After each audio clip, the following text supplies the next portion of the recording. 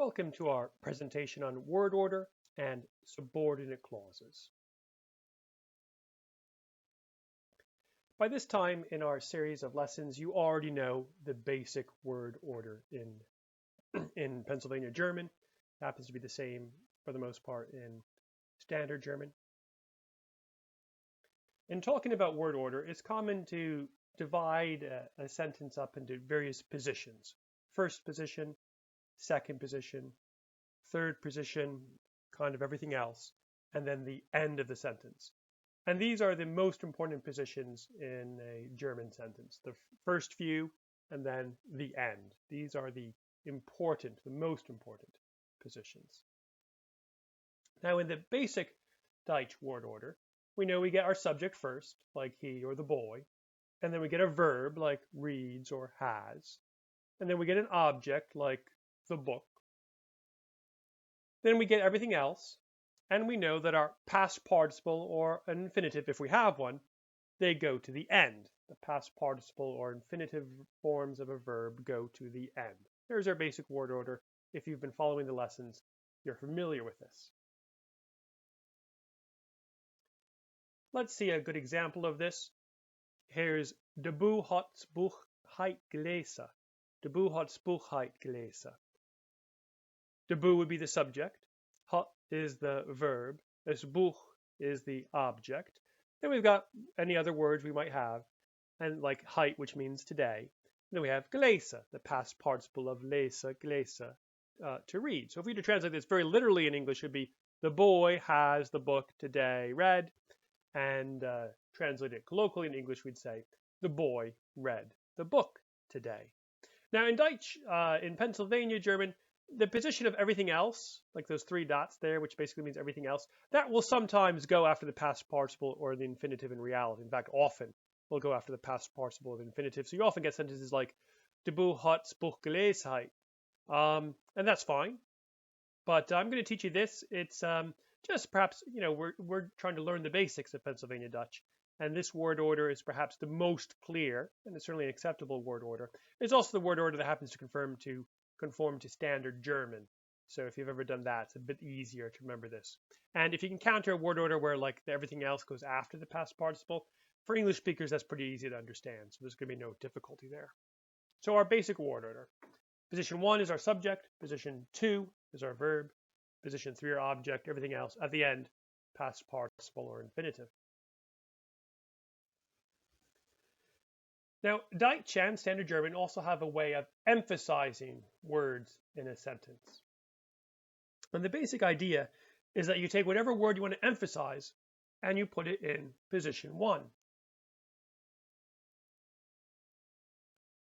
So the emphasized word goes in position 1, but the important thing to remember is that the verb stays in position 2. Verb stays in position 2. This is a fundamental principle of German dialects. Verb stays in position 2 in main clauses, in basic sentences.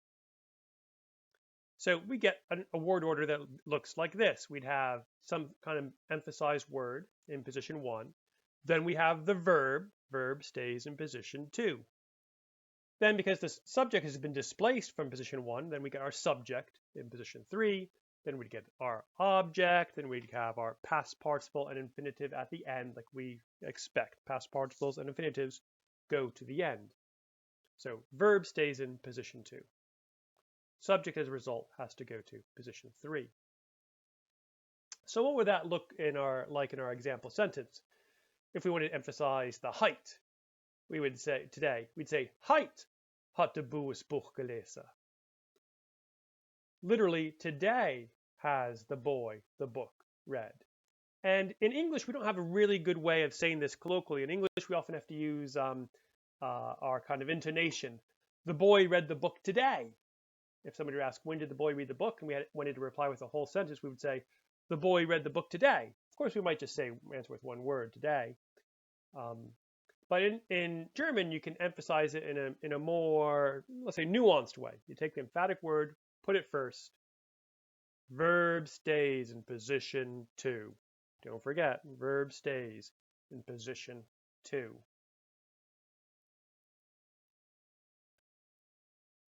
So now that I've taught you the basic principle that verb stays in position 2, even if you flip around a word to emphasize it, which means that subject goes in position 3, now we'll learn the big exception to that principle of the verb in position 2.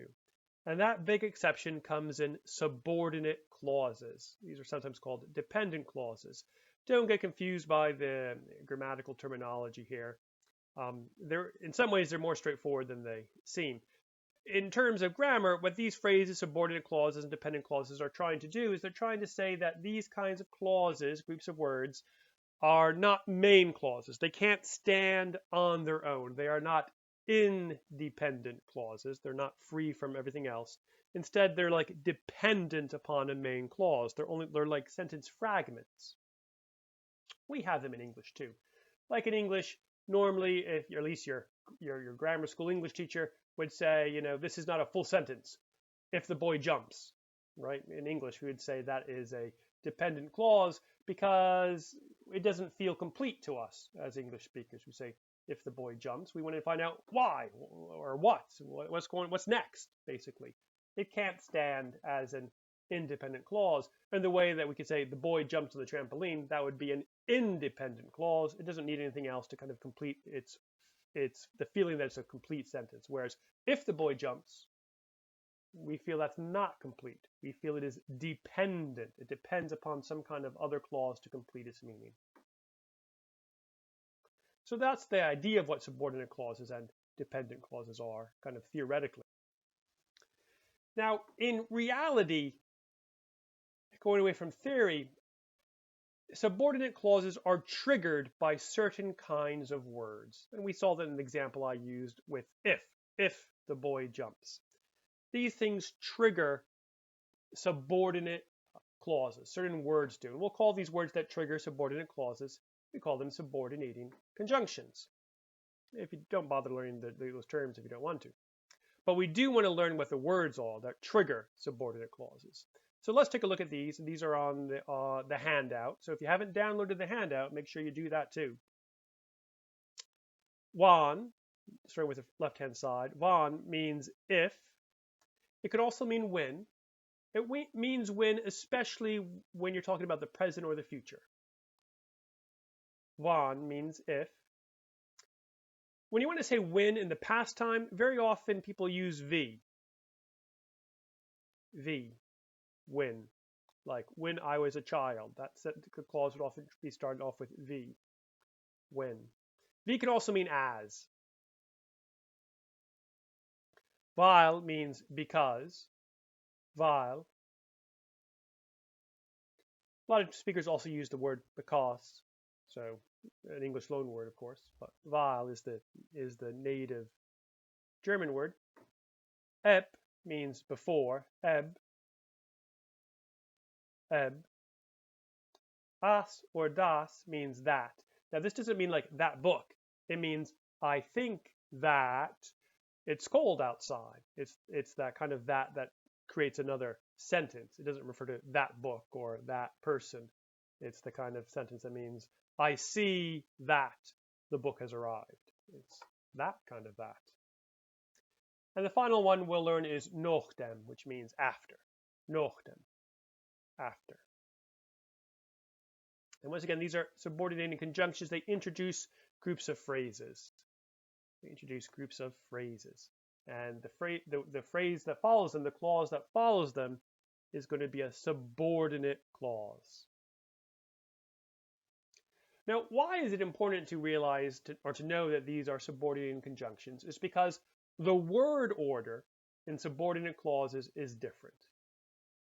And the main difference is that the verb goes to the end. So remember, in all of our other sentences, in our basic word order, in our emphatic word order, verb is in position 2. But in subordinate clauses, the verb goes to the end. So this is our big exception to the rule that verb goes in position 2. Nothing would be a rule in a language if there weren't exceptions. And subordinate clauses is the big exception. So this means that our word order, if we thought about first position, second position, and the end, of these subordinate clauses. So the clause gets introduced by a subordinate conjunction. We're just going to call that position 0 for our sake. Then you have the subject in position 1.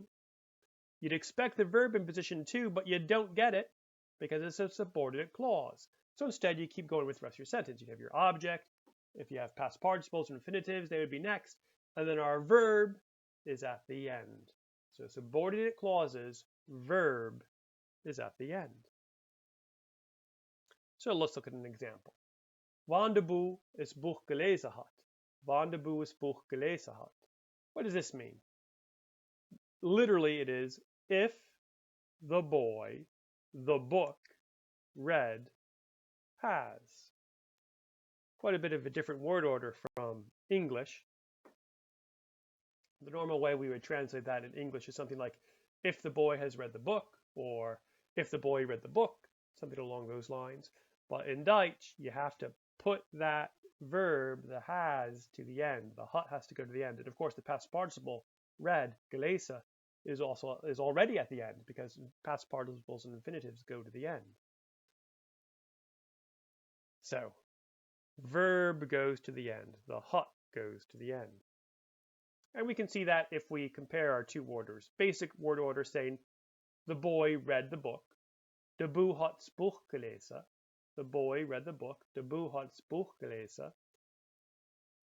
Literally, the boy has the book read, past participle gelezen at the end. But now we have our subordinate clause. Wann de Boe es Buch gelezen hat. If the boy read the book. Not only is the past participle at the end, the gelezen, but the verb hat has shifted out of position 2 and gone to the end because it's a subordinate clause. How do we know it's a subordinate clause? Because it begins with the word wann, if, and we know that wann creates subordinate clauses. How do we know? Because I told you so. It's in our list of words that create subordinate clauses. Now, there's one final wrinkle about these word orders that I want to share, and that's about what happens if a main clause, i.e. the basic part of the sentence, comes after a subordinate clause. Well, basically, in these situations, the entire subordinate clause counts as an emphatic word. That means that the entire subordinate clause kind of occupies position 1, i.e. the position of an emphasized word. It occupies position 1 in the whole overall sentence. And it means that the verb stays in position 2, the verb of that main clause. So the subordinate clause counts as all of position 1 for the main clause, and then the verb would come next because it's position 2. What does that look like in practice? Let's look at the present tense here. Wann een Kuchen bakt, geeft es zu sein Hund. Wann een Kuchen bakt, geeft es zu sein Hund. This means if he bakes a cake, he gives it to his dog. I'm not sure why he does that, but he does. If he bakes a cake, he gives it to his dog. So we can see the subordinate clause word order, right? In the wann een Kuchen bakt, we can see that bakt, the verb, is at the end, like we expect it in a subordinate clause.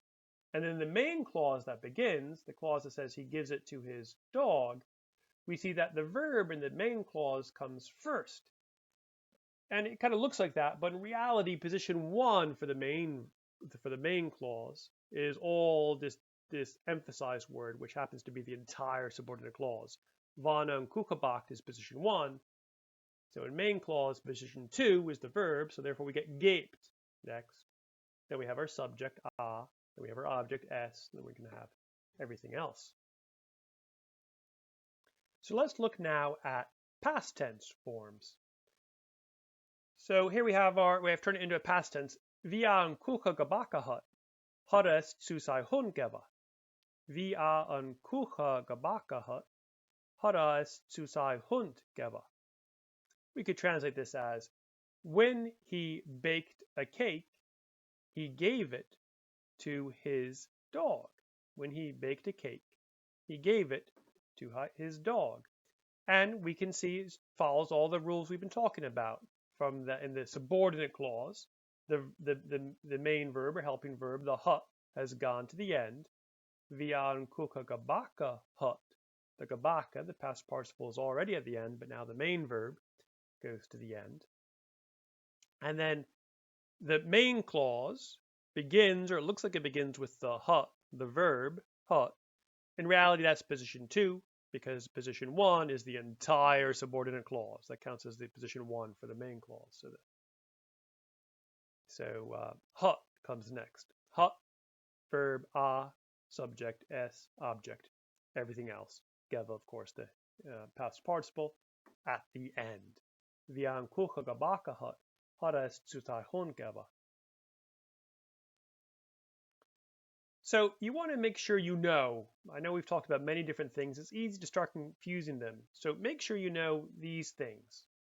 Basic word order. If you've been following our lessons, I feel confident you probably know basic word order. Emphatic word order. That's when you emphasize a word by putting it at the start of a sentence. Some word like today, height. Verb stays in position 2, which means that the subject is usually in position 3. And make sure you know subordinate clause word order. These are clauses introduced by the words on our handout, such as wan, eb, noch dem.